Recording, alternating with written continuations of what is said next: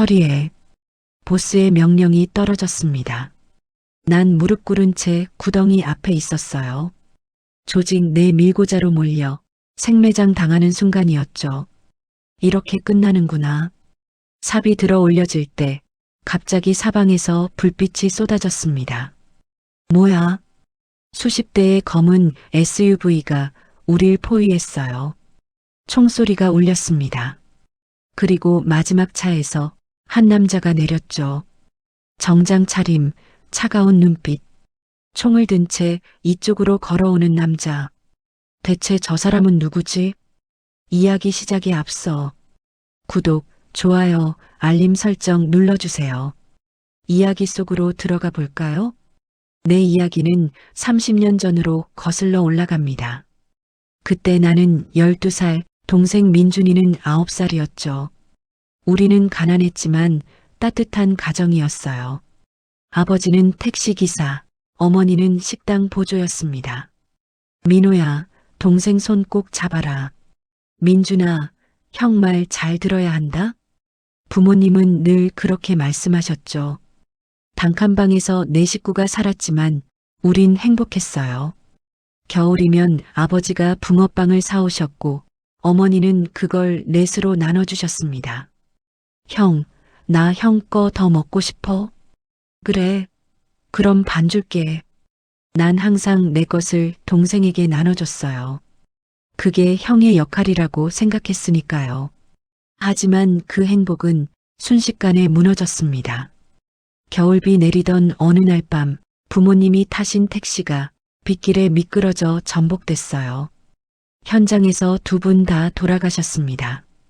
병원 영안실에서 동생은 내 품에 안겨 울었죠. 형 엄마 아빠 언제 와? 진짜 안 와? 민준아, 거짓말이지? 형, 거짓말이라고 해줘. 난 아무 말도 할 수 없었어요. 9살 동생을 어떻게 위로해야 할지 12살 나로선 알 수 없었죠. 장례를 치르고 나니 우리에겐 아무것도 남지 않았습니다. 친척들이 왔지만 모두 고개를 저었어요. 우리도 애들 셋 키우는데 큰애는 중학생이니까 손이 많이 가잖아. 작은 애라도 데려갈까 했는데 형제 떼놓으면 안 된다며? 결국 우린 보육시설로 갔습니다. 낡은 3층 건물, 한 방에 8명씩 자는 곳, 곰팡이 냄새와 추운 겨울밤. 형, 무서워. 여기 너무 어두워. 괜찮아. 형이 옆에 있잖아. 동생은 내 옷을 붙잡고 잤어요. 매일 밤 울면서. 시설 생활은 가혹했습니다. 나이 많은 애들이 우릴 괴롭혔죠. 야, 새끼들. 용돈 있어? 없으면 빵이라도 내놔. 특히 동생을 노렸어요. 약해 보였으니까. 어느 날 동생이 맞고 왔습니다. 눈가가 퉁퉁 부어 있었고 입술이 찢어져 피가 났어요. 누가 그랬어? 형 아니야. 넘어졌어. 하지만 난 알았죠. 고등학생 형들이 화장실에서 때렸다는 걸. 그날 밤 난 그들을 찾아갔습니다. 우리 동생 건드리지 마. 때리고 싶으면 나한테 와. 뭐? 중딩 새끼가? 리더가 내 멱살을 잡았어요. 너 한 대 맞고 싶냐? 때려.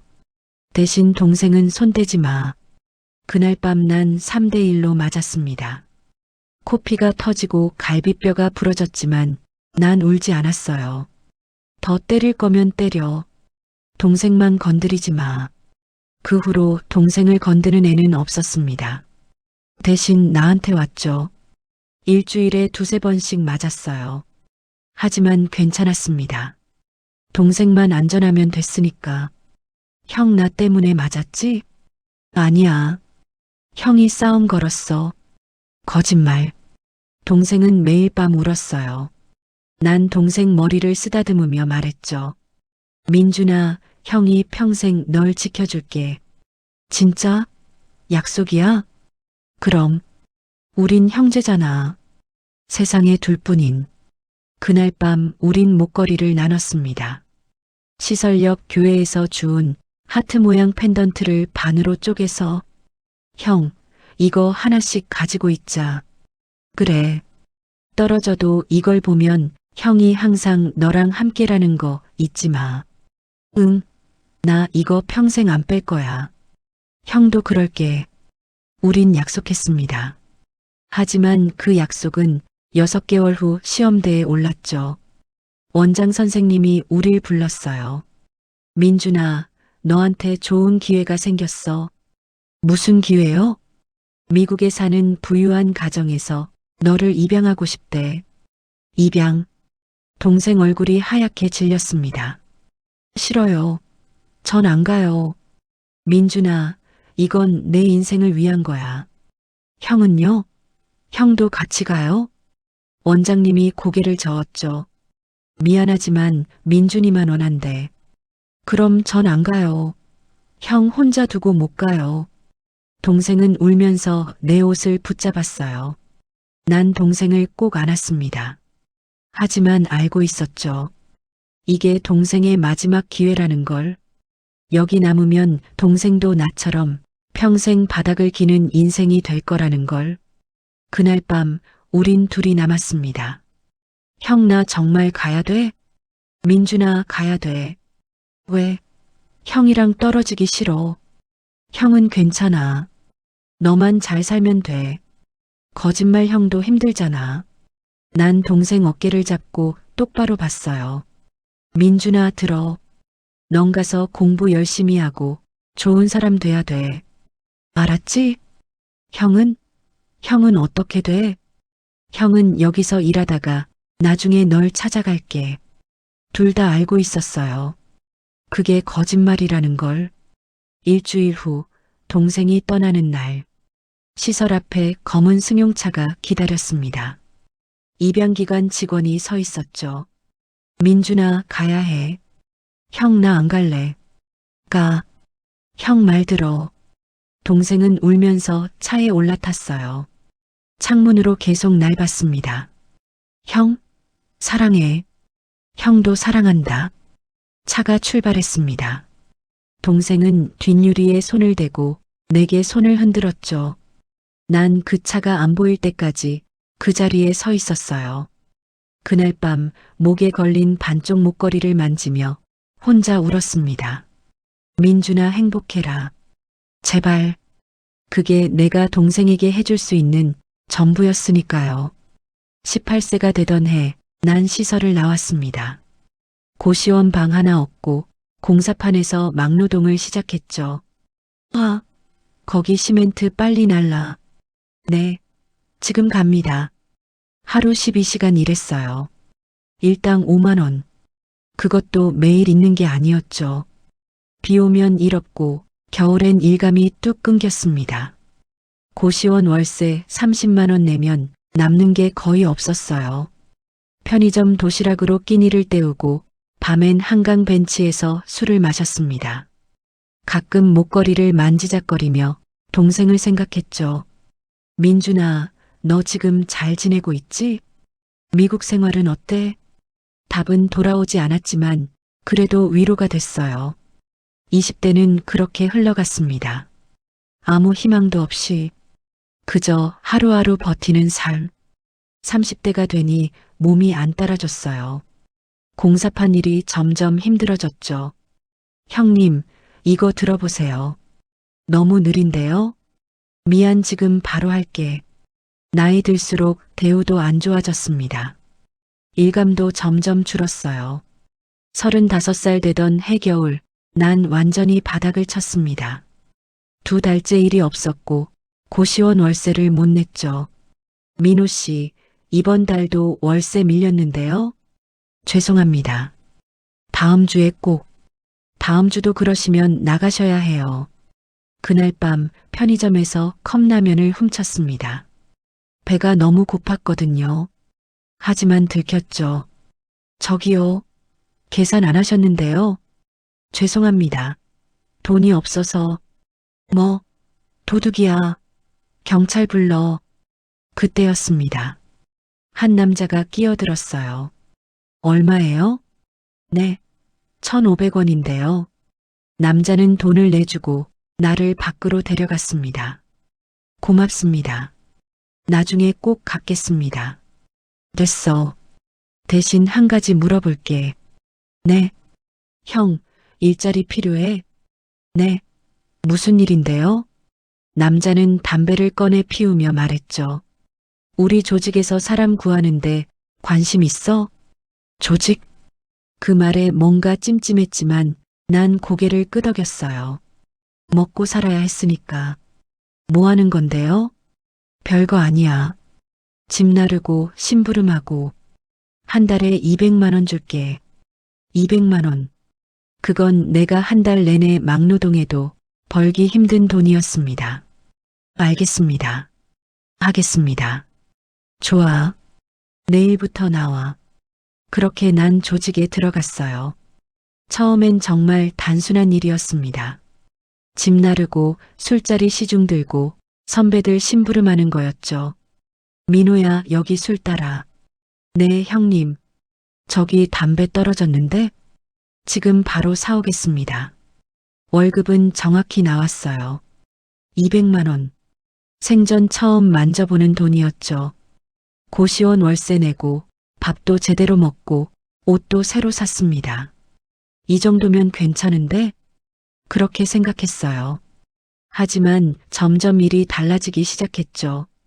민호야, 오늘 이거 좀 배달해. 뭔데요? 몰라도 돼. 그냥 이 주소로 가져다 줘. 가방 안엔 뭔가 묵직한 게 들어있었어요. 나중에 알았습니다. 그게 마약이었다는 걸. 민호야, 오늘 싸움 나면 뒤에서 대기해. 싸움이요? 그래. 걱정 마. 넌 안 맞아. 그냥 우리 뒤에서 서 있기만 해. 점점 깊이 들어가고 있었어요. 돌아갈 수 없는 곳으로. 하지만 난 그만둘 수 없었습니다. 이제 이 돈 없이는 살 수가 없었거든요. 40살이 되니 난 조직의 중견이 됐어요. 밑에 애들도 몇 명 생겼죠. 민호 형님, 오늘 일 어떻게 할까요? 보스님 지시대로 해. 알았지? 네, 형님. 이제 난 완전히 조직원이었습니다. 손에 피도 묻었어요. 직접 죽이진 않았지만 싸움에서 사람을 다치게 한 적은 있었죠. 밤마다 목걸이를 만지며 생각했어요. 민준아, 형은 이렇게 됐어. 너만은 제발 바르게 살아라. 동생이 형 꼴을 보면 실망할 거라는 걸 알았습니다. 그래서 더 찾고 싶지 않았어요. 이런 모습 보이기 싫었으니까. 42살 되던 해 조직에 큰 사건이 터졌습니다. 경찰이 우리 조직을 압수수색했고 몇몇 간부가 체포됐죠. 밀고자가 있다. 보스 김태수가 난리를 쳤어요. 우리 중에 경찰 스파이가 있어. 조직원들 사이에 의심이 퍼졌습니다. 서로를 믿지 못하게 됐죠. 그리고 어느 날 보스가 나를 불렀어요. 민호야, 네가 밀고 했냐? 네. 무슨 말씀이십니까? 거짓말하지 마. 증거 다 있어. 형님, 전 정말 아닙니다. 하지만 이미 결정난 일이었어요. 누군가 나를 밀고자로 몰았고 보스는 그걸 믿어버렸습니다. 넌 오늘 죽는다. 형님, 정말 아닙니다. 오해예요. 소용없었죠. 그날 밤 난 납치됐습니다. 눈 가리고 차에 실려 어디론가 끌려갔어요.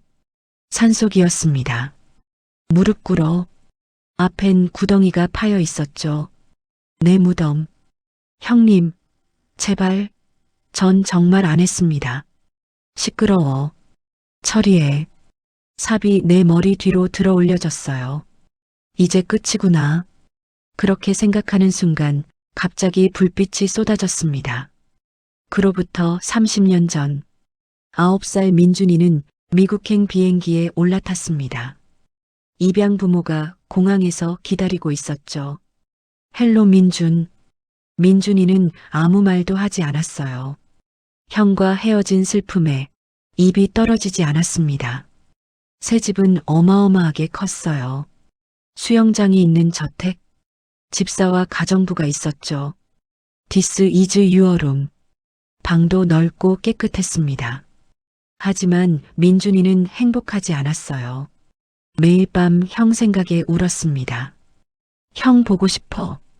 목에 걸린 반쪽 목걸이를 붙잡고 혼자 울었죠. 입양 아버지는 건설회사 CEO였어요. 하지만 그것만이 아니었습니다. 밤이 되면 정체불명의 사람들이 집을 드나들었죠. 보스, 오늘 거래 성사됐습니다. 좋아. 수고했네. 어린 민준이도 눈치챘어요. 양아버지가 표면과 이면이 전혀 다른 사람이라는 걸. 낮엔 건설회사 사장, 밤엔 마피아 조직 보스. 민준, 너 크면 이 일 물려받을 거야. 이 세상은 힘이 전부다. 힘이 있어야 사람을 지킬 수 있어. 양아버지는 그렇게 가르쳤습니다. 민준이는 학교를 다니면서 동시에 조직 일도 배웠어요. 격투기, 총기 사용법, 협상기술. 10대 때부터 훈련받았죠. 6월 doing well 민준. 땡큐 6월 파더. 하지만 민준이 마음속엔 오직 한 가지만 있었습니다. 형을 찾아야 돼. 반드시. 20대가 되자 민준이는 본격적으로 움직였어요. 파더, 한국에 지사를 내고 싶습니다. 한국? 왜? 제 뿌리가 거기 있으니까요. 그리고 아시아 시장을 확장하려면 한국이 거점이 돼야 합니다. 양아버지는 고개를 끄덕였죠. 좋아. 내가 책임져라. 25세의 민준이는 한국으로 돌아왔습니다. 공식적으론 건설회사 지사장, 실제로는 마피아 조직 한국 지부장. 보스 환영합니다. 한국 조직원들이 고개를 숙였어요. 민준이는 강력한 카리스마로 조직을 장악했습니다. 내 말은 법이다. 어기는 놈은 죽는다. 네, 보스. 하지만 그의 목표는 따로 있었어요. 형 찾기. 전국 건설 현장에 우리 사람을 심어라. 혹시 강민호라는 이름 들으면 즉시 보고해. 네, 보스. 민준이는 건설업을 확장하며 전국 곳곳에 눈과 귀를 심었습니다. 30대가 되자 그는 한국에서 손꼽히는 건설업 CEO가 됐죠. 동시에 뒷세계에선 누구도 건드릴 수 없는 강력한 조직 간부였습니다. 민준 씨, 오늘 시공식 참석하시죠? 네, 알겠습니다. 낮엔 정장 입고 기자회견하고 밤엔 조직원들과 작전 회의를 했어요. 오늘 라이벌 조직 두목 제거했습니다. 잘했어. 흔적은? 없습니다, 보스. 좋아. 민준이는 냉혹했습니다. 조직을 위협하는 자는 누구든 제거했죠. 하지만 그 모든 힘도 형을 찾는 데엔 소용없었어요. 10년을 찾아도 형의 흔적은 없었습니다. 망할 형, 대체 어디 있는 거야? 밤마다 술을 마시며 목걸이를 움켜쥐었어요. 형 살아만 있어줘. 제발. 39세가 되던 해 드디어 기회가 왔습니다. 보스, 경기도 현장에서 강민호라는 이름 확인됐습니다. 뭐? 민준이 심장이 멎는 것 같았어요. 확실해? 네. 일용직으로 하루 일했다고 합니다. 당장 차대. 민준이는 미친 듯이 현장으로 달려갔죠. 하지만 형은 이미 떠난 뒤였어요. 젠장. 주먹으로 벽을 쳤습니다. CCTV 확인해. 얼굴 찾아. 며칠 후 보고가 올라왔어요. 보스, 이 사람입니다. 사진 속 남자. 42세, 초췌한 얼굴. 하지만 분명 형이었어요. 형? 민준이 눈에서 눈물이 흘렀습니다. 30년 만에 본 형의 얼굴. 주소 찾아. 당장. 네, 보스. 일주일 후 형의 주소를 찾았습니다. 낡은 고시원. 민준이는 직접 찾아가려 했죠. 하지만 그 전에 형에 대해 조사부터 했어요. 보스, 강민호는 현재 김태수 조직 말단으로 확인됩니다. 뭐? 범죄 조직입니다. 중소규모고요. 민준이 얼굴이 굳어졌어요. 형이 조직에? 네. 7년 전부터 활동한 것으로 보입니다. 가슴이 아팠습니다. 형이 그런 삶을 살고 있다니. 내가 진작 찾았어야 했는데. 후회가 밀려왔죠. 김태수 조직 파악해. 네, 보스. 며칠 후 또 보고가 왔어요. 보스, 큰일입니다. 왜? 강민호 씨가 조직 내 밀고자로 몰려 오늘 밤 제거될 예정입니다. 뭐라고? 민준이 얼굴이 하얗게 질렸어요. 위치 파악됐어? 네. 경기도 산속입니다. 총동원해. 당장. 민준이는 조직원 전원을 소집했습니다. 형을 구출한다. 한 명이라도 다치면 너희 목도 없다고 생각해. 네, 보스. 수십 대의 차량이 산으로 향했어요. 민준이는 차 안에서 목걸이를 꺼내 쥐었습니다. 형, 조금만 기다려. 내가 간다. 30년을 기다린 재회. 이번엔 절대 놓치지 않을 겁니다. 그날 오후 난 평소처럼 조직 사무실에 있었어요. 민호 형님, 커피 드릴까요? 아니, 괜찮아. 후배 녀석이 커피를 내밀었지만 난 마시지 않았습니다. 왠지 불길한 예감이 들었거든요. 며칠 전부터 분위기가 이상했어요. 조직원들이 날 피하기 시작했죠. 형님, 안녕하세요. 인사는 하는데 눈을 마주치지 않았습니다. 뭔가 잘못됐다는 걸 느꼈어요. 저녁 7시쯤 보스 김태수가 나를 불렀습니다. 민호야, 이리 와봐. 네, 형님. 사무실에 들어서자 간부들이 모두 앉아 있었어요. 표정들이 차가웠죠. 앉아. 네. 긴장이 됐습니다. 왜 이러는 걸까? 형님이 서류 한 장을 내밀었어요. 이게 뭔지 알아? 무슨 서류인지. 경찰 진술서야. 내 이름으로 된. 네. 저 그런 거 쓴 적 없는데요. 거짓말하지 마. 형님이 책상을 쾅 내리쳤습니다. 우리 조직 정보가 경찰한테 넘어갔어. 그리고 그 밀고자가 바로 너야. 아닙니다. 전 정말 증거가 다 있어. 내 통화 기록, 만난 사람 다. 간부 하나가 사진을 내밀었어요. 내가 누군가와 만나는 사진. 하지만 난 그 사람을 모릅니다. 이 사람 누군지 알아? 모르는데요? 경찰이야. 형사. 뭐?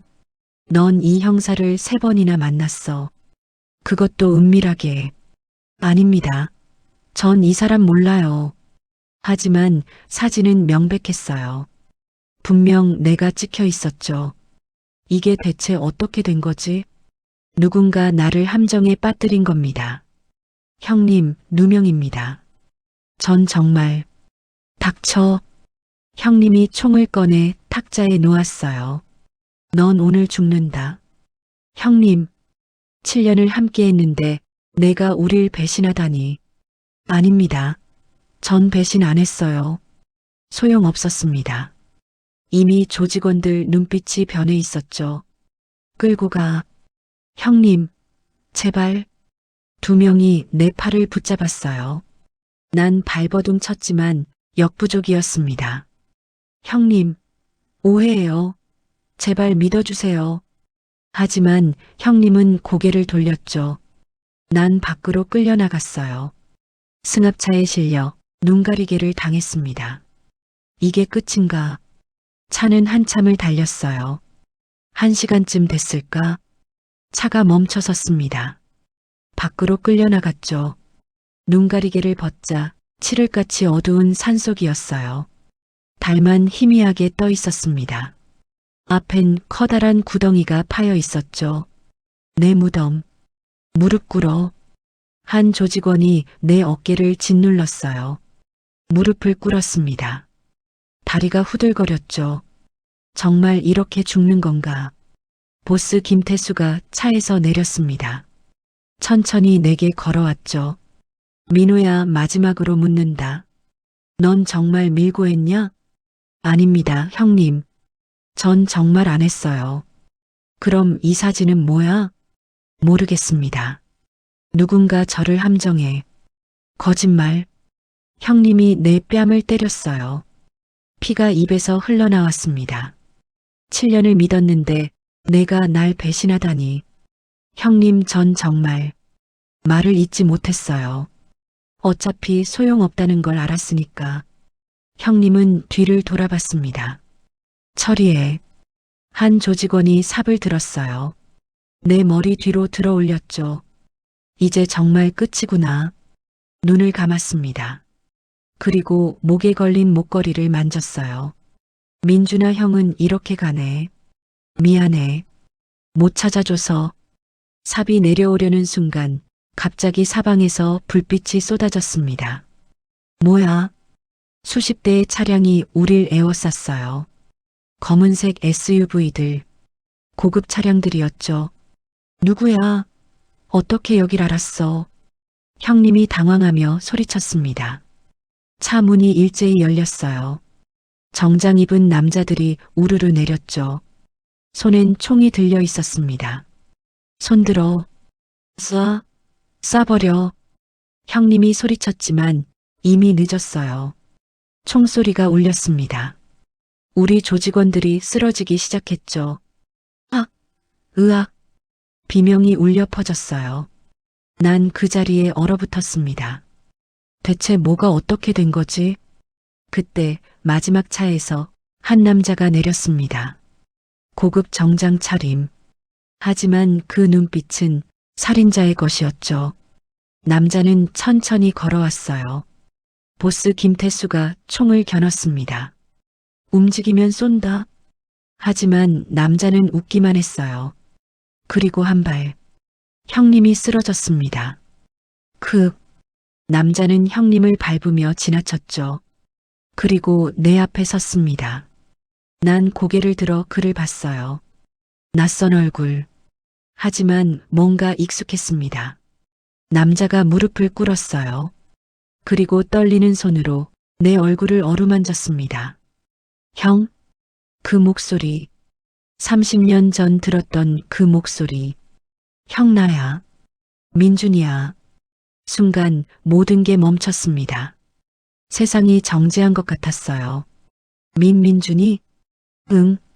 형? 나야. 남자는 울고 있었습니다. 목에 걸린 반쪽 목걸이를 꺼내 보이며 난 내 목걸이를 만졌어요. 똑같은 목걸이. 반쪽씩. 민준아, 정말 너야? 응, 형. 나야. 동생이 나를 꼭 안았습니다. 30년 만에 재회. 난 그의 품에서 소리내어 울었습니다. 형, 괜찮아? 다친 데 없어? 민준이는 내 몸을 살폈어요. 손이 떨리고 있었습니다. 괜찮아, 나 괜찮아. 형, 미안해. 진작 못 찾아서 미안해. 무슨 소리야, 내가 뭘 잘못했어. 민준이는 울면서 나를 안고 있었죠. 주변에선 아직 총소리가 들렸어요.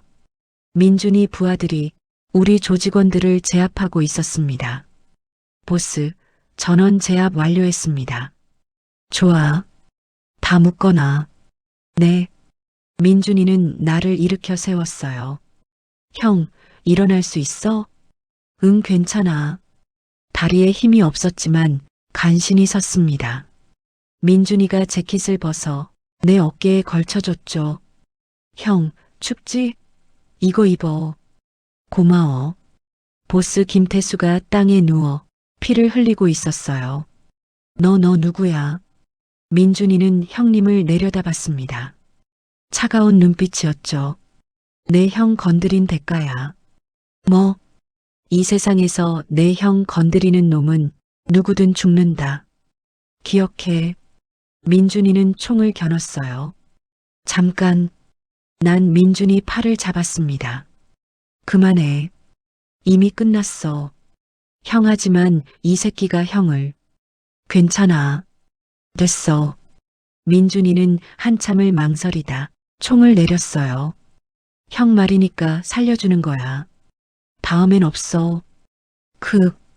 형님은 신음하며 쓰러져 있었죠. 민준이가 부하들에게 지시했습니다.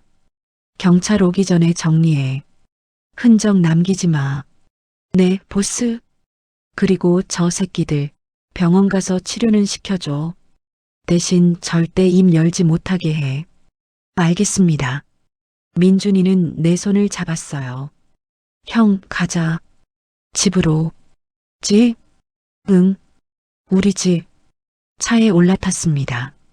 고급 세단이었어요. 안은 따뜻하고 편안했죠. 민준이는 운전하면서 계속 날 쳐다봤습니다. 형 진짜 형이야? 그래 나야. 30년 동안 찾았어. 너도? 응. 미국 가자마자 매일 울었어. 형 생각하면서. 민준이 목소리가 떨렸어요. 양부모님은 좋은 분들이었어. 돈도 많고 날 잘 키워줬지. 근데 난 행복하지 않았어. 왜? 형이 없었으니까. 가슴이 뭉클했습니다. 그래서 대학 졸업하자마자 한국 돌아왔어. 형 찾으려고. 그랬구나. 건설 회사 차린 것도 전국 돌아다니면서 형 찾으려고. 민준아. 형, 미안해. 진작 못 찾아서. 형이 이렇게 힘들게 사는 줄 몰랐어. 난 동생 손을 잡았어요. 아니야. 내 잘못 아니야. 형은 왜 조직에 들어간 거야? 먹고 살려고 다른 방법이 없었어. 민준이는 입술을 깨물었습니다. 내가 형 데리고 나올게. 이제 그런 거 안 해도 돼. 민준아, 너도 조직인 것 같은데. 응, 맞아. 민준이는 솔직히 말했어요. 난 양아버지한테서 조직을 물려받았어. 건설회사는 겉모습이고 진짜는 마피아야. 형, 놀랐지? 동생이 이런 놈이라서. 아니야. 난 고개를 저었습니다. 우린 똑같아. 너나 나나. 형, 그냥 살아남으려고 한 거잖아. 민준이는 울먹였어요. 형 고마워. 이해해줘서. 당연하지. 우린 형제니까. 차가 큰 저택 앞에 섰습니다. 어마어마한 집이었어요. 여기가 내 집이야? 응. 이제 형 집이기도 하고. 뭐? 형, 나랑 여기서 살자. 이젠 고시원 같은데 안 살아도 돼. 하지만, 형, 제발. 30년 못 본 거 채워야지. 민준이 눈빛이 간절했어요. 난 고개를 끄덕였습니다. 알았어. 같이 살자. 정말? 고마워, 형. 민준이는 환하게 웃었어요. 30년 만에 보는 동생의 진짜 웃음이었습니다. 집 안으로 들어가니 집사가 기다리고 있었어요. 도련님 오셨습니까? 응. 김 집사님, 이분은 내 형이야. 아, 형님이시군요. 안녕하십니까? 아, 네, 안녕하세요. 난 어색했습니다. 이런 대접 받아본 적이 없었거든요. 형님 방 준비해 드릴게요. 아, 괜찮습니다. 형, 편하게 있어. 여긴 형 집이야. 민준이가 내 손을 잡고 2층으로 올라갔어요. 큰 방 하나를 열었습니다. 여기서 쉬어. 옷이랑 다 준비해 둘게. 고마워. 형, 씻고 싶으면 저기 욕실 있어. 응. 민준이는 나가려다 멈춰섰죠. 그리고 돌아서서 나를 다시 꼭 안았습니다. 형 진짜 다행이야. 형 살아있어서. 나도 그래. 너 만나서. 우린 한참을 그렇게 있었어요. 그날 밤 난 오랜만에 편히 잤습니다. 푹신한 침대, 따뜻한 이불. 하지만 그것보다 옆방에 동생이 자고 있다는 게 가장 큰 위로였어요. 다음 날 아침 민준이가 내 방문을 두드렸습니다. 형, 일어났어? 응. 아침 먹자. 내가 차렸어. 식탁엔 음식이 가득했어요. 너 이거 다 만들었어? 응. 형 좋아할 것 같아서. 된장찌개, 김치찌개, 고등어구이. 한국 음식들이었죠. 맛있겠다. 많이 먹어, 형. 우린 마주 앉아 밥을 먹었습니다. 30년 만에 다시 함께하는 식사. 형, 이제 뭐 하고 싶어? 글쎄 잘 모르겠어. 형은 이제 일 안 해도 돼. 내가 다 챙겨줄게. 아니야. 난 일을 해야겠어. 왜? 돈 걱정은 안 해도 되는데. 그게 아니라 그냥 뭐라도 해야 사람 같을 것 같아서. 민준이는 잠시 생각하더니 말했죠. 그럼 형, 우리 회사에서 일할래? 회사? 응, 건설회사. 형한테 자리 하나 만들어줄게. 편한 거, 힘든 일 아니야. 그래도 되겠어? 당연하지. 내가 사장인데. 난 웃으며 고개를 끄덕였어요. 고마워, 민준아. 형, 고맙긴. 당연한 거지. 그날부터 난 민준이와 함께 살았습니다. 낮엔 회사에서 간단한 일을 하고 저녁엔 함께 밥을 먹었죠. 형, 오늘 뭐 먹고 싶어? 뭐든 좋아. 그럼 형이 좋아하는 냉면 먹으러 가자. 그래. 우린 평범한 형제처럼 일상을 보냈습니다. 하지만 가끔 민준이는 밤늦게 나가곤 했어요. 형, 나 일 좀 보고 올게. 조심해서 다녀와. 응, 조직 일이었죠. 난 묻지 않았습니다. 그것도 동생의 삶이니까. 몇 달이 지났을 때 민준이가 말했어요. 형, 나 조직 정리하려고. 뭐? 이젠 형이랑 평범하게 살고 싶어? 조직 일은 부하들한테 넘기고. 괜찮겠어? 응, 형이 더 중요하니까. 민준이는 웃었습니다. 30년 헤어져 있었잖아. 이젠 평생 함께 있고 싶어. 가슴이 따뜻해졌어요. 고마워, 민준아. 형, 우리 약속하자. 무슨 약속? 다시는 안 헤어지자. 민준이가 손을 내밀었습니다. 난 그 손을 꼭 잡았어요. 그래, 다시는 안 헤어진다. 우린 목걸이를 꺼내 서로에게 보여줬습니다. 반쪽씩. 30년을 간직한 약속. 이젠 그 약속이 이뤄졌습니다. 우린 다시 만났고, 이젠 절대 헤어지지 않을 겁니다. 왜냐하면 우린 세상에 둘뿐인 형제니까요. 30년을 헤어져 있었지만 형제의 약속은 변하지 않았습니다. 서로 다른 길을 걸었어도 가장 중요한 건 가족을 향한 마음이었죠. 오늘 당신의 소중한 사람에게 사랑한다 한마디 전해보세요. 이야기를 어떻게 들으셨는지 댓글에 남겨주시면 영상 제작에 큰 힘이 됩니다. 지금까지 골목길 시네마였습니다. 감사합니다.